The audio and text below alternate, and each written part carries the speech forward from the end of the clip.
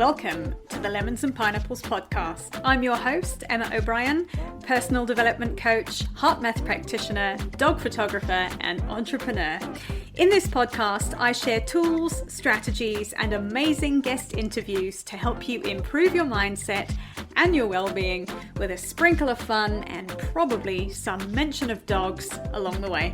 So without further ado, let's squeeze the day. Hi folks, welcome to episode 29 of the podcast. Today my guest is Sarah Jones and we're talking about burnout. And if you've been listening for a while, you'll know that this is a hot topic for me, so I'm very excited to dive into this chat today. First, a little bit about Sarah. Sarah has always been driven. She graduated at 20, bought her first house at 21, got married at 23 and became a CEO aged 28. Her life has taken some very interesting turns, and that drive has sometimes been her Achilles heel.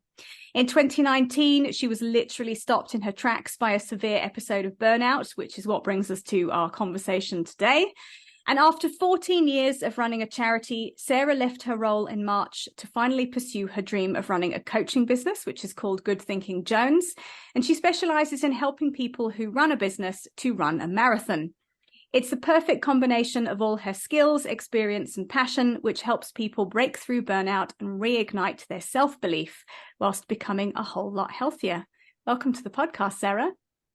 Hi, Emma. Thanks for having you. You are very welcome. It's lovely to have you here. So today we're talking about burnout, which is, I know it's a very something you're very passionate about, having experienced it, and me as well. So in your view, could you share what your take is if I was to ask you the question, which I'm going to, what exactly is burnout? Well, the burnout that I talk about specifically is executive burnout. So you don't necessarily have to be in a role where you have the job title of executive, but it's burnout that comes from work-related stress, and this kind of burnout is actually recognised as a medical condition in the International Classification of Diseases by the World Health Organization. And burnout comes about through a prolonged period of intense stress. So in this context, we're talking generally stuff that's related to work. So it could also be kind of in a healthcare setting. We saw quite a lot of that happening, unfortunately, through COVID, with all our frontline workers who had no choice but to carry on under huge stress for a huge length of time. Yeah, and I think it's thanks for defining that, because I think it's for me. I mean, I had an episode of burnout in 2016, and literally I was just constantly working, and I think that was a similar situation for you with your burnout of just working and working and working, because I didn't feel I could stop, because I didn't feel it was possible for me to stop. You know, I've been running my own business for nearly 20 years, and I think, you know, there's often a belief, which I have had to shift with entrepreneurs, that if you don't work, you don't get paid.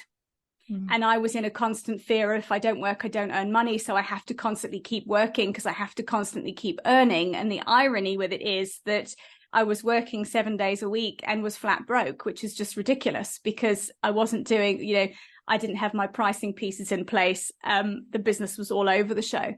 Tell me a little bit more about your experience, because I know you were in a CEO role employed, which is slightly different. So yeah. I'm sure the reasons for your burnout were a little bit different from mine.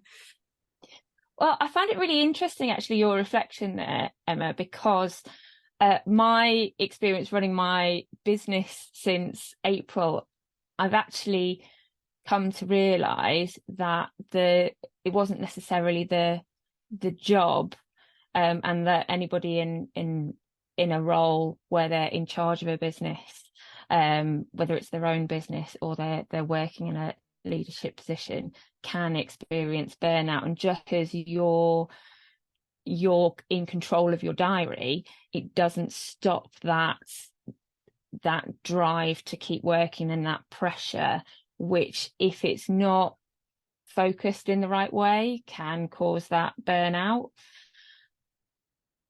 I also really related to what you were saying about that, you're working like 7 days a week, and that actually the harder we work, this is one of the worst things about burnout, the harder we work, the less productive we become.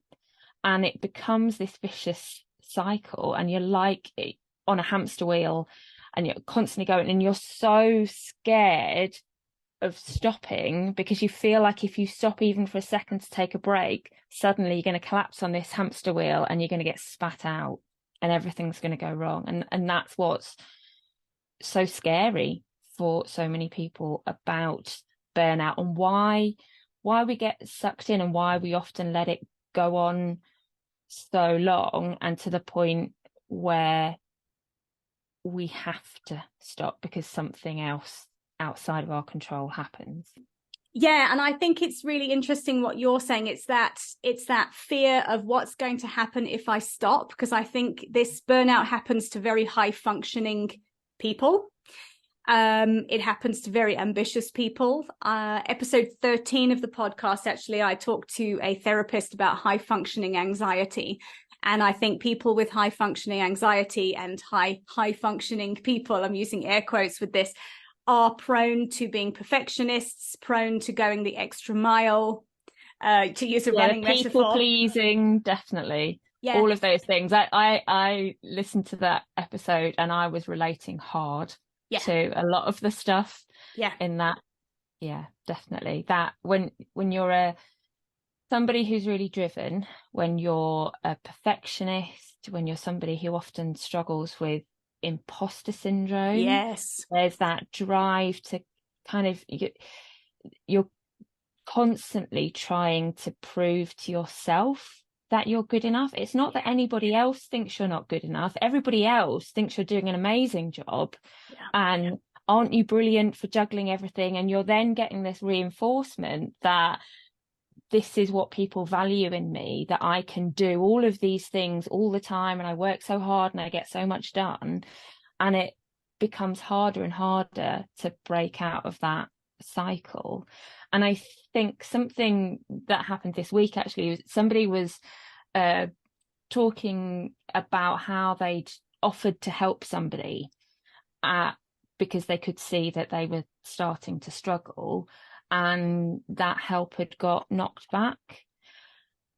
And I thought, actually, that's a real sign that somebody is quite deep into that tunnel of burnout, because when anybody offers to help, or they're just making a useful suggestion or just asking a question, no matter how well that's put and how well intentioned it is, if you're in that stage where you're feeling so stuck and so scared, then any kind of helpful comment or offer of help you're going to feel it like it's a criticism. It's going to sting.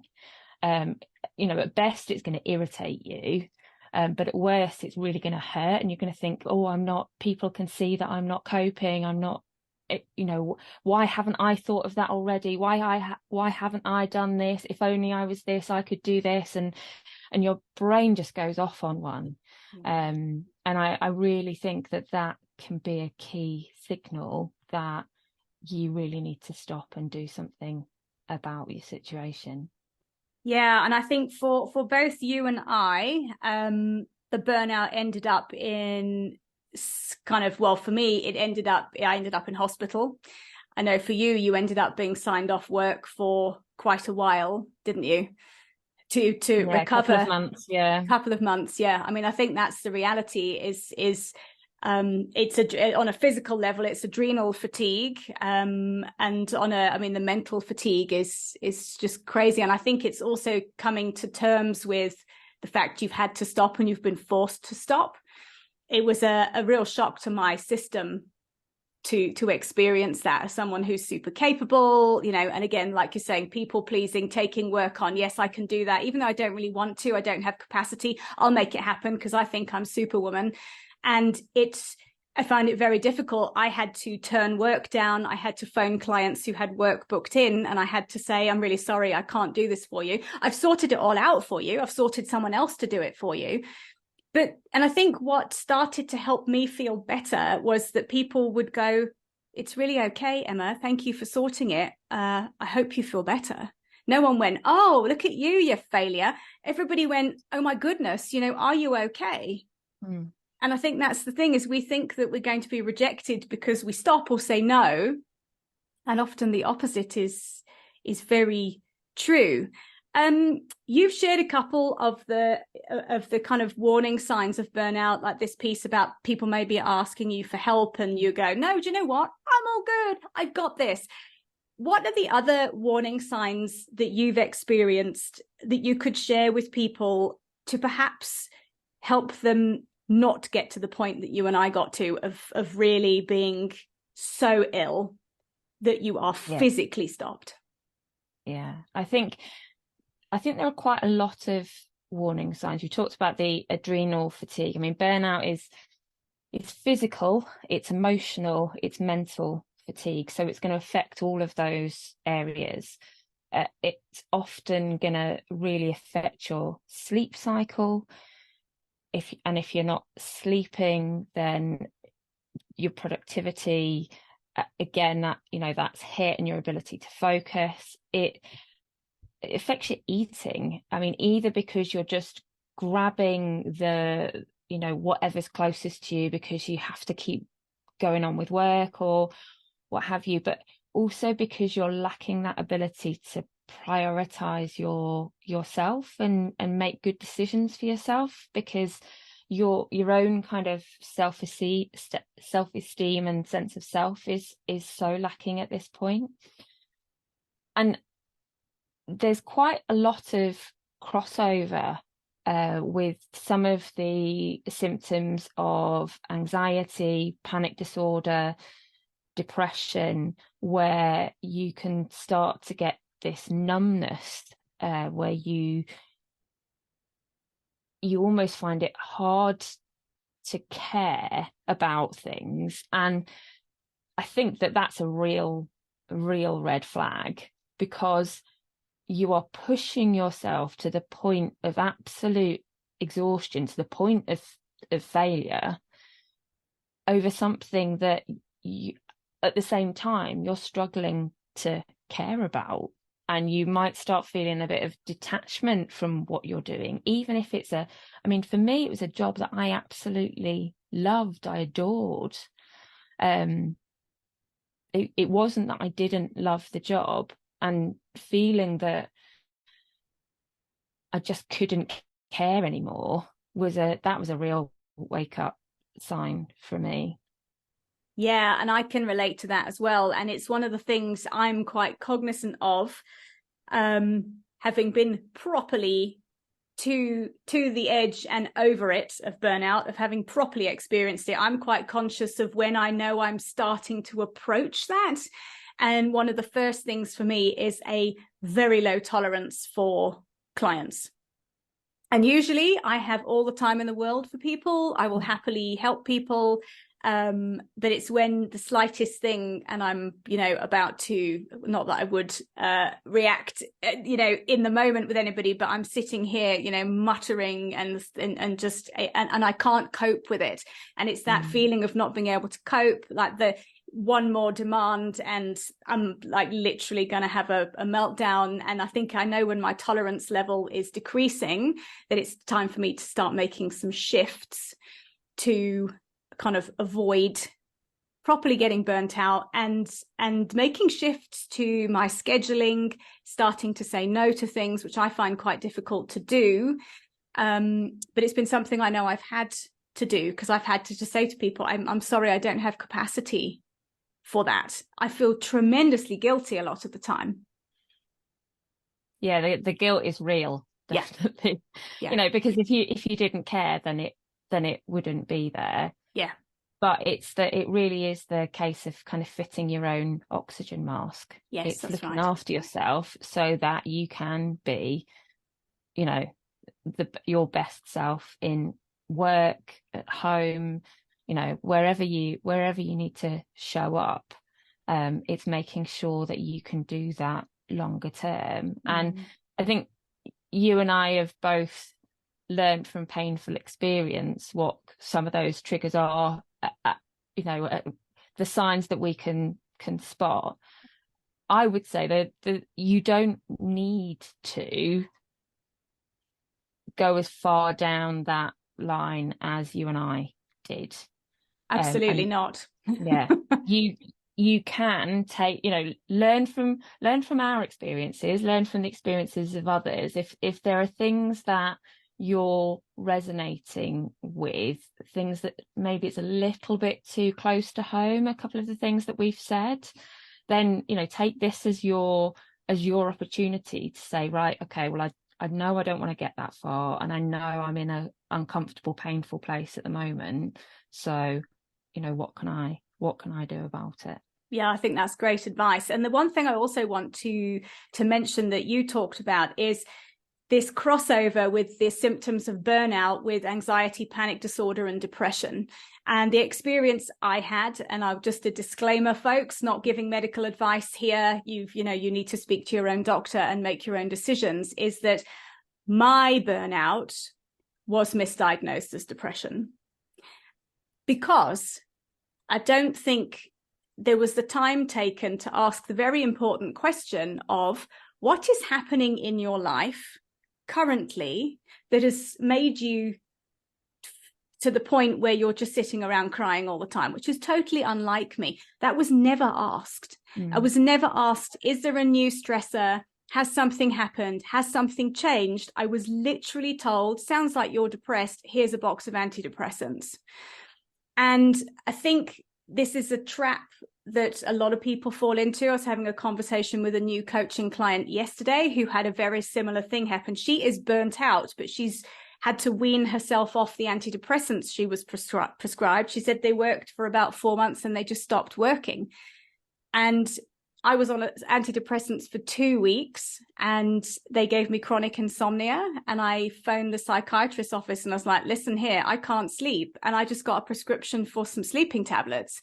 And I thought, I'm a bit uncomfortable with the fact that one medication I've been given, which is not helping me, is being medicated. The symptoms it's causing are being medicated with another one. And I thought, I'm on a slippery slope here of being stuck on 2 high schedule meds that I probably won't get off. So, obviously I was speaking to a psychologist at the time as well. And she said to me, look, after 2 weeks of being on these, if you're not feeling any better, I don't think you're depressed. I needed to lie down is what I needed. And I needed to make some big lifestyle changes, which is what I was forced to do. And that was very hard. It was very hard changing the way I ran my business, because I was in this belief system of the busier I am, the more successful I am, which again, I think it's quite a high functioning personality trait. Yeah. And it's just completely untrue. And it's about redefining what you want in life, redefining success. And I was working with a coach at the time to help me implement those changes. Otherwise, I don't think I would have done, because it was really, really hard. Yeah. And I'm really lucky that I found a brilliant coach as well. And because I didn't feel safe going back to work unless I was able to put a lot of things in place to make sure that I would never kind of get back to that point again. And I knew that I personally needed some hand holding, and somebody to kind of keep me accountable for making those changes. And I will be eternally grateful to Grace for helping me out with that.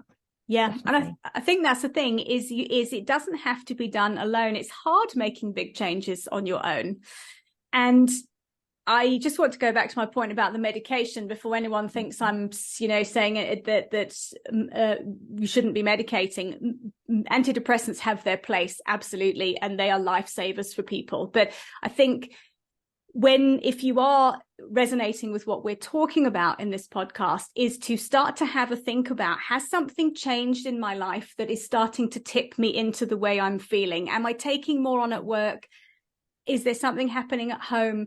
Because if you go to your GP, your psychologist, your psychiatrist, armed with that information, they have more info at their disposal to be able to help you with prescribing more suitable things. Because I think if you are struggling with anxiety, a course of anti-anxiety meds can be absolutely what you need to help you get through the I'm going to call it terror, because it was terror for me, the terror of making big changes. Sometimes it just takes the edge off whilst you make the changes. So they absolutely have their place. But I think it's just starting to take ownership over what's happening in your life so you can make better decisions and, you know, not end up being stuck and reliant on a medication, which fundamentally calms the symptoms you're having. It doesn't solve the underlying problem. And I think it's so important. Absolutely, you have to tackle the root cause, or it's just gonna come back. And I suppose I've got a contrasting experience in that I was very, very lucky in the GP that I happened to see, and I was in such a state that I had to get my partner at the time to make the appointment for me, because I couldn't even make a phone call at this point. I was so bad. And this GP recognized that it was executive burnout, and he only signed me off initially for 2 weeks because he recognized that there was no way that I would agree to anything longer than that, because I was still so convinced of my own indispensability. He also suggested starting me on a course of so I started with sertraline. I'd had antidepressants in the past. I'd been on citalopram and not really got on too well with that. So I was a bit reluctant to go on medication, but I needed something at that point, just to get me to the stage where I could then do what I needed to start putting my life back together. And I did need to be off work for those, well, it was 8 weeks I was signed off for in total in the end. And I found getting on sertraline quite difficult. I don't know whether it was the way that the drugs worked with my brain, or whether it was just that suddenly I'd stopped and everything kind of came flooding in. You know how you get ill when you suddenly stop. I don't know whether it was that, but I got to the point where I really struggled to leave the house by myself. I had such constant episodes of panic all the time.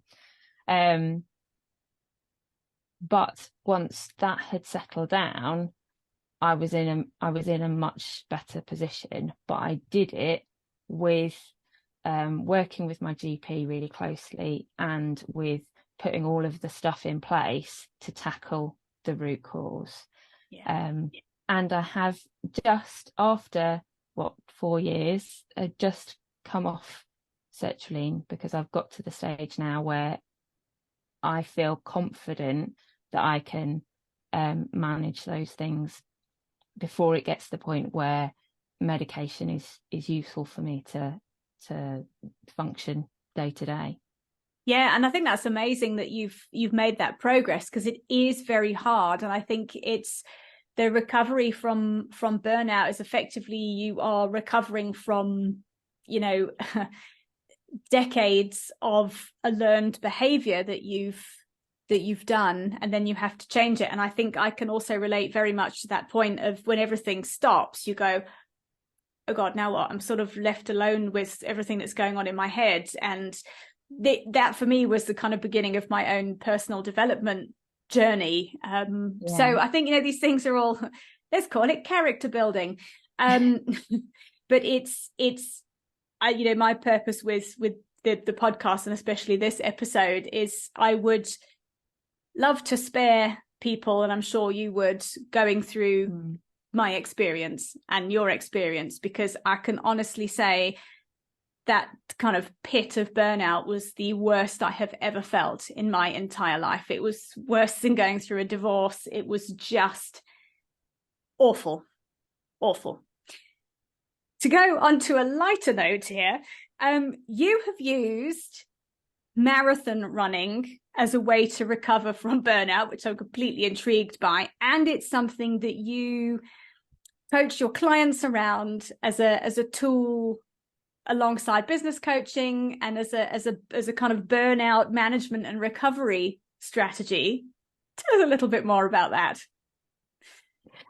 Yeah, well, I would firstly say that, yes, I again completely relate to that burnout was the most painful experience of my life, and I don't ever want to go back there. And I also want to save other people from that and give other people strategies to recover. And I think you and I are very similar in that, you don't want to waste any painful opportunity. And this is, I've reflected a lot on what I've learned from that experience, and what would have been useful for me at the time, and also about kind of how I used the marathon to recover, because I ran the London Marathon in 2019,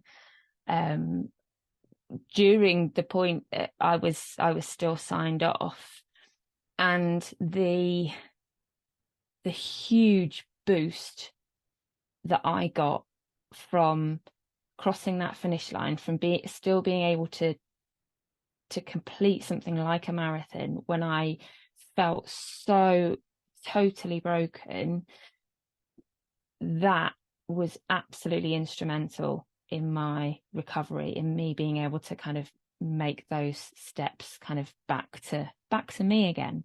And so that's one of my kind of 3 pillars, if you like. It's that incredible injection of confidence and self-belief that doing a big challenge like a marathon can give you.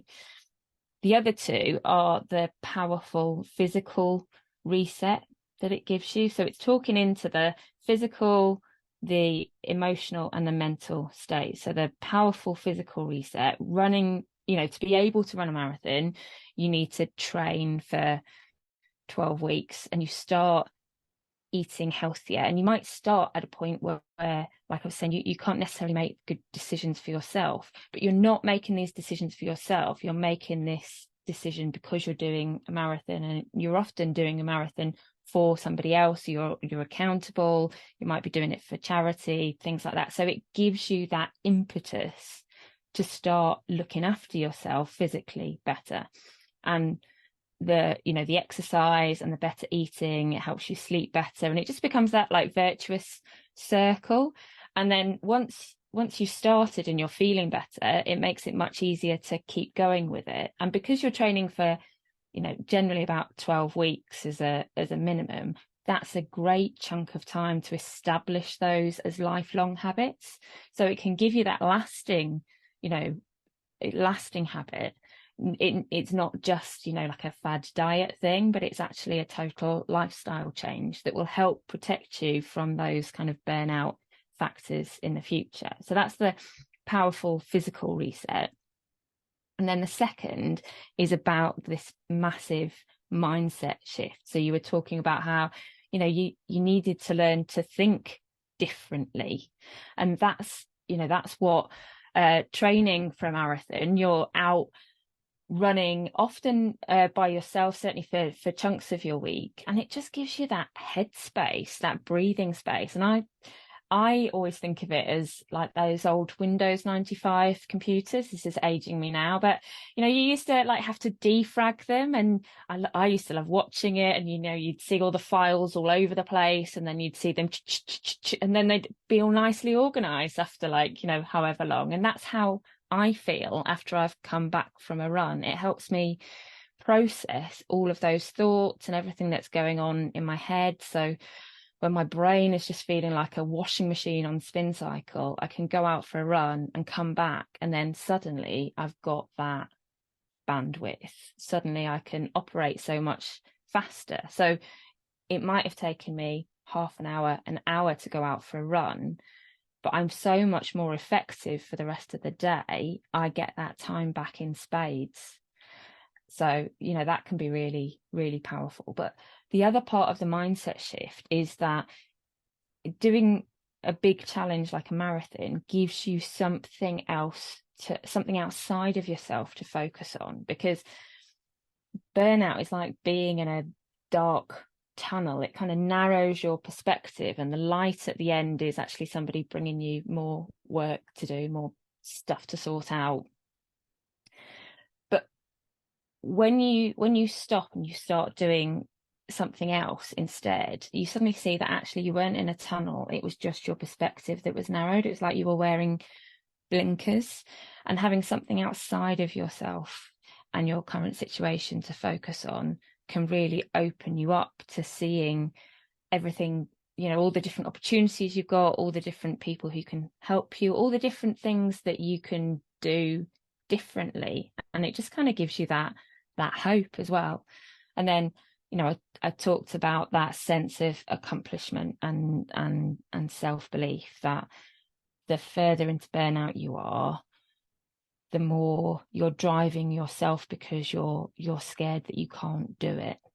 So doing something really, really big and a real physical challenge, the boost that gives you when you cross that finish line is just the most incredible feeling. And it's something that really lasts. It's not something that you just kind of get for that day, but it's something that you can go back to, and you can kind of keep revisiting whenever you need a boost. It's a great source of things for, if anybody's into things like tapping, it's a great source for something like that. Yeah, I think that's amazing, everything you've shared there, and the perspective shift, and I imagine the having a goal over a period of time. I say I imagine because I will only really run if I'm being chased. So but I have climbed Kilimanjaro, which I did to raise money for some dogs, which is something else we have in common, because you have a little a black rescue dog called Lemon. And the one thing it shifted my perspective with is learning to know that there's a process. It takes time. You can't rush it. You can only go one step at a time. You can only go one day at a time, and you can only do so much in a day. And you have to learn to step back, slow down, and chunk things, because I think most people can't get up, put a pair of trainers on and go and run a marathon tomorrow unless you want to really break yourself. So it's gradually building on things. And I think it retrains you to look at work in a different way. I found the experience of doing Kilimanjaro. And then after that, I did two, we have what's here in South Africa, the 94.7 bike race, which is 94.7 kilometers on a bike, which I have done twice. I think I finished pretty much last both times. But again, with that, it was, you've got to kind of get to the next marker. You can't be thinking about the finish line the whole time, because you'll think yourself out of it because it's too hard, because it's too far away. But that, I found it just like, I'm just going to go 100 meters at a time, 100 meters at a time. It's a lot of 100 meters with yes, a very sore bottom. But it shifted the way I looked at life, actually, of things are a process, and sometimes you just have to allow the process rather than trying to get everything done all in one go, all at the same time. Yeah, definitely. And I think the climbing Kilimanjaro is a really good example, because I do say, although it's it's great to have a big challenge like the marathon.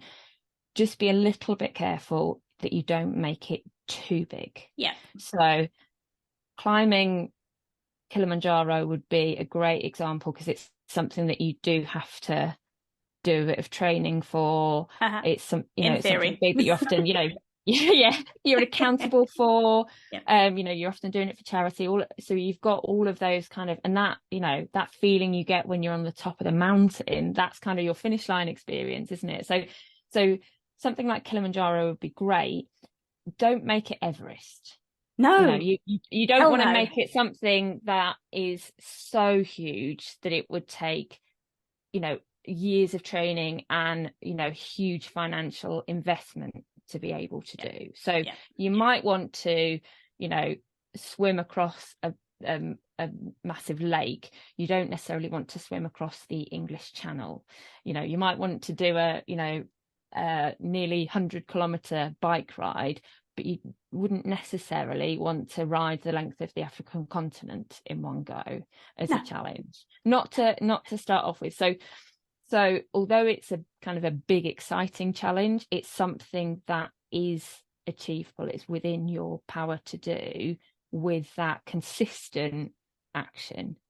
Yeah, and I think the other thing is it's about creating small wins along the way. So I imagine, because I sniggered about the training for Kilimanjaro, because I think for the Kilimanjaro and the bike races, I think the bike races I started training 2 weeks before both of them, which is why it will be why it took me so long. And Kili, I think I sort of put the hiking boots on a few times and was like, nah, it's not really, I can do this, it's fine. And I did, but that was 10 years ago. So probably now not so much, but it's little wins. So your first 5K, your first 10K, I know you're in miles, I'm in kilometers, but, and the same with the swimming example you gave.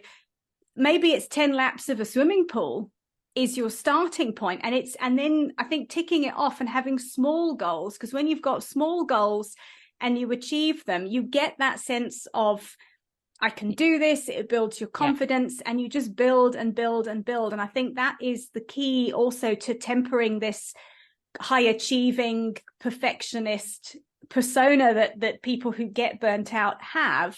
Is you can hit the winning button, but it can be something small. You don't have to run yourself into the ground to do it. And exactly. I think that's so important. Something that it's tangible. Yes. You can see those, those miles or those kilometers ticking on your, away on your watch or what have you. It's something that it's very physical. That you're doing, that you're achieving that you reach that point a little bit faster than you did the week before.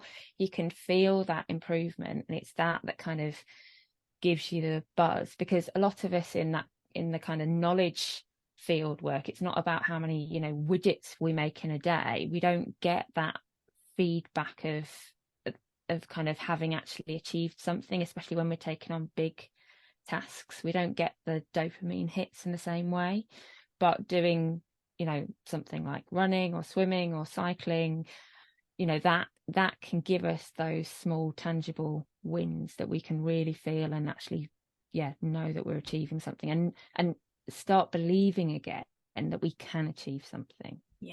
Yeah, I love that. And I think that's the thing, isn't it? It's starting to rebuild your confidence in yourself, rebuild your trust in yourself and your own abilities, which often, when you're to come back to where we started with the burnout piece, is often people who get burnt out get to that point because there's this underlying feeling of never really being good enough and constantly having to prove yourself. And I think when you're able to give yourself goals that are measurable and achievable, it starts to chip away at that. It's a very destructive belief to be walking around with. So Sarah, thank you for sharing your wisdom today and your take on burnout and how you've used marathon running to heal yourself from it and your clients. And I can see why this would be so appealing and so useful for people to be training for something like that in order to recover from burnout. So I believe you have a free resource to share with the listeners. Could you tell us a little bit more about that? I do, yes. So people can find me on goodthinkingjones.com. That's my website. And I'm on Instagram at Ms. Sarah E. Jones. So all of my free resources are there. I've also got a great little Facebook group called Marathon Mindset, where we do kind of little weekly training sessions, and it's a great way to kind of build community and connect with other people. But my free resource, I'm about to release an online course taking you through the marathon journey step by step.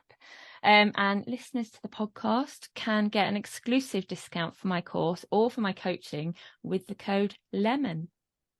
Lemon, of course. Lemon. There we go. Lemon the dog and Lemon's the podcast. Okay, amazing. I will share all of that in the show notes, so anybody looking for you can click in the show notes and get through to the links and get hold of you.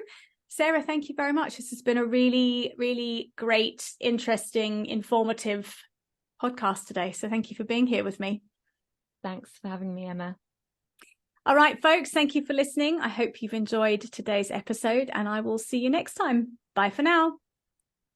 Thank you for listening to today's episode. If you've enjoyed it, please share with your friends and be sure to leave me a 5-star rating and review, especially if you're listening on Apple Podcasts. To find out more about my one-on-one coaching, please visit my website, which is emmaobriencoach.com. And remember, folks, when life gives you lemons, you can always choose another fruit. See you next time.